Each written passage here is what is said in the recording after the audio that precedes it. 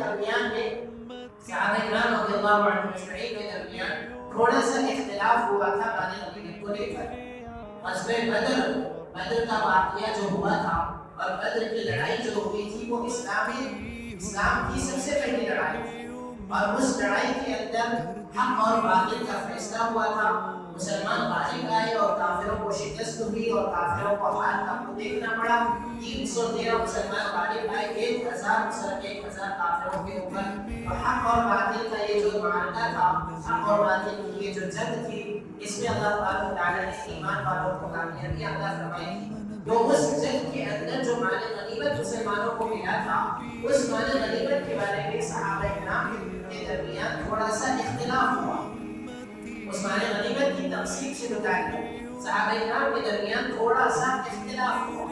اور اس اختلاف کی وجہ سے، چونکہ جب اختلاف ہوتا ہے تو دلوں کے اندر کھٹاس آ ہی جاتی ہے، تو اس اختلاف کی وجہ سے صحابہ کرام کے درمیان بھی تھوڑی سی کھٹاس پیدا ہو گئی. اجتماعیت کے اندر کھٹاس پیدا ہو گئی. اتفاق جو صحابہ کا تھا، اس اتفاق کے اندر تھوڑی سی کھٹاس پیدا ہو گئی.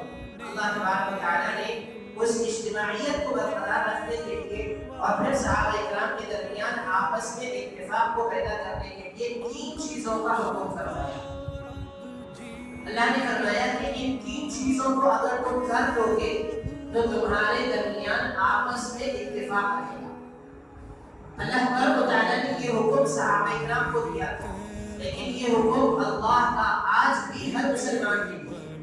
اگر آج مسلمان یہ 3 کام کر لے تو سارے مسلمانوں کے درمیان میں اتفاق پیدا ہو جائے. سارے مسلمان جتنے بھی ہیں، مسلمانوں میں جو آپس میں اختلاف ہے اور مسلمانوں کے اختلاف جو مخالفت کا درجہ لے چکا ہے، اور آج اختلاف کی وجہ سے جو حدیں پار کی جا رہی ہے اور جو مسلمان آپس میں ایک دوسرے کے دشمن بنے ہوئے ہیں، ایک دوسرے کو مارنے پر جڑے ہوئے ہیں، یہ مکاتب کا جھگڑا، یہ مسالک کا جھگڑا، یہ مذاہب کا جھگڑا، یہ فرقوں کا جھگڑا، یہ جو آپس میں جھگڑے ہیں، یہ سارے کے سارے جھگڑے ختم ہو جائیں گے اگر مسلمان یہ 3 کام کریں.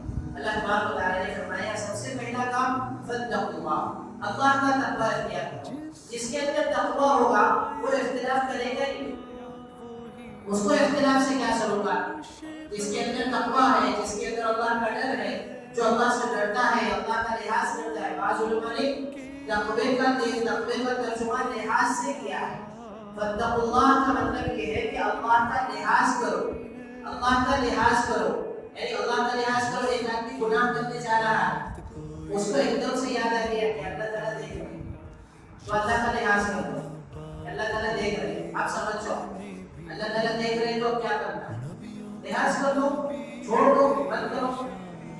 تو تقویٰ اختیار کرے. سب سے پہلی چیز تقویٰ اختیار کرے. تقویٰ اختیار کرنے، جو آدمی تقویٰ اختیار کرنے کا اس کو اختلاف سے کیا اثر ہوگا؟ تو سب سے پہلی چیز تقویٰ اختیار کرو. پھر فرمایا وَأَصْلِحُوا ذَاتَ بَيْنِكُمْ، آپس میں صلح کرو، آپس میں اپنے دلوں کو ملا لو، آپس میں ایک دوسرے سے ہاتھ ملا لو، آپس میں ایک دوسرے سے مل کر رہو. تیسری چیز فرمایا وَأَطِیعُوا اللَّهَ وَرَسُولَهُ، اللہ اور اس کے رسول کی اطاعت کرو. اللہ اور اس کے رسول کی اطاعت کرو اور اطاعت میں مکمل طریقے پر آ جاؤ. ایسا نہیں کہ کہیں پر اطاعت جو ہے چل رہی ہے تو نفسانی خواہشات پر چل رہی ہے، اور جہاں پر نفسانی خواہشات نہیں چل پا رہی ہے وہاں پر اطاعت بھی نہیں ہے. ہم مسلمانوں کا مزاج یہ بن گیا ہے کہ جہاں پر ہمارا مزاج چلتا ہے وہاں پر ہم اللہ اور اس کے رسول کی اطاعت کرتے ہیں، اور جہاں پر ہمارا مزاج نہیں چلتا وہاں پر جو ہے ہم اللہ اور اس کے رسول کی اطاعت نہیں کرتے. یہ ہمارا مزاج بن چکا ہے. جہاں پر ہماری طبیعت چلتی ہے، جہاں پر ہماری نفسانی خواہشات کو سک نہیں پہنچتی، وہاں پر ہم اللہ اور اس کے رسول کی اطاعت کر رہے ہیں. جیسے مثال کے طور پر میں آپ کو بتاؤں کہ اللہ اور اس کے رسول کی اطاعت کرنا ہے.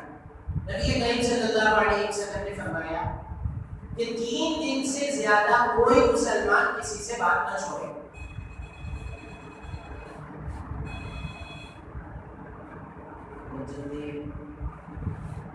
آپ صلی اللہ علیہ وسلم نے ارشاد فرمایا کہ 3 دن سے زیادہ کوئی مسلمان کسی سے بات نہ چھوڑے. اب یہ ہے آپ صلی اللہ علیہ وسلم کا ارشاد. اب ایک آدمی اللہ کے رسول کی اطاعت کر رہا ہے تو اس کا کام کیا ہے؟ اس کا کام یہ ہے کہ 3 دن سے زیادہ کسی بھی مسلمان سے بھائی بات نہ بند کرے۔ اب اگر اس آدمی کے سامنے یہ کہا جاتا ہے کہ اللہ کے رسول کا ارشاد ہے آپ 3 دن سے زیادہ بات بند نہیں کر سکتے، آپ کو اپنے بھائی سے بات کرنا چاہیے، تو بندہ کیا کہتا ہے؟ ارے جان کو ہمارا کیا کرنا ہے؟ یہ مطلب یہ ہے کہ اللہ کے رسول کی اطاعت ہے، اس لیے کہ نفسانی خواہش پر اور اپنی انا پر زد پڑتی ہے، اپنی انا پر، اپنی انانیت پر، اس لیے کہ میں جا کے بات کروں، اس سے میں بات کروں، دیکھیں گے بات کے بعد ہے۔ چونکہ یہاں پر اللہ کے رسول کی اطاعت پر انسان کی انانیت پر زد پہنچتی ہے، آدمی یہاں پر اللہ کے رسول کی اطاعت کو چھوڑ دیتا ہے، تو ہمارا مزاج یہ بن گیا کہ جہاں پر انانیت ہماری چلتی ہے، جہاں پر ہماری نفسانی خواہشات پوری ہوتی ہیں، وہاں پر ہم سچے پکے اللہ اور اس کے رسول کے مطیع اور فرمانبردار ہیں۔ جہاں پر ہماری نفسانی خواہشات کو زد پہنچتی ہے اور جہاں پر ہماری انانیت کو زد پہنچتی ہے، وہاں پر ہم اللہ اور اس کے رسول کی اطاعت کو اپنی پیٹھ کے پیچھے ڈال دیتے ہیں۔ تو اللہ تعالیٰ نے فرمایا کہ وَأَطِيعُوا اللَّهَ وَرَسُولَهُ، اللہ رسول کی اطاعت کرو، دونوں کی اطاعت کرو، ہر وقت کرو، چاہے تمہاری نفسانی خواہشات کو زد پہنچے یا تمہاری انانیت کو زد پہنچے، اور ہر حال میں اللہ اور اس کے رسول کی اطاعت۔ اب ایک آدمی کو اللہ اور اس کے رسول کی اطاعت کا مکمل جذبہ حاصل ہو جائے اور وہ اپنے آپ کو اللہ اور اس کے رسول کے سامنے سرنڈر کر دے اور اللہ اور اس کے رسول کی اطاعت کرنا اپنا شعار بنا دے، اپنی عادت بنا دے، تو وہ آدمی اختلاف کہاں سے کرے گا؟ وہ آدمی اختلاف کہاں سے کرے گا؟ وہ آدمی جھگڑا کہاں سے کرے گا؟ اس کے اندر سے تو جھگڑا خود بخود ختم ہو جائے گا جب وہ اللہ اور اس کے رسول کی اطاعت پر مکمل آ جائے گا، اللہ اور اس کے رسول کی اطاعت کے لیے مکمل اپنے آپ کو بچھا دے گا۔ لیکن ہماری جو اطاعت ہے وہ ہماری اطاعت مکمل نہیں ہے، ہماری اطاعت میں نفسانی خواہشات اور انانیت یہ رکاوٹ بنی ہوئی ہے، بلکہ ہم نے تو اپنے دین اسلام کو بھی اپنی خواہشات کے تابع بنایا ہوا ہے کہ جہاں پر ہماری خواہشات چلتی ہے وہاں تک اپنے کو دین پر چلنا ہے، جہاں پر اپنی خواہشات پر سب پہنچتی ہے تو وہاں پر جو ہے اپنے دین کو چھوڑ دو۔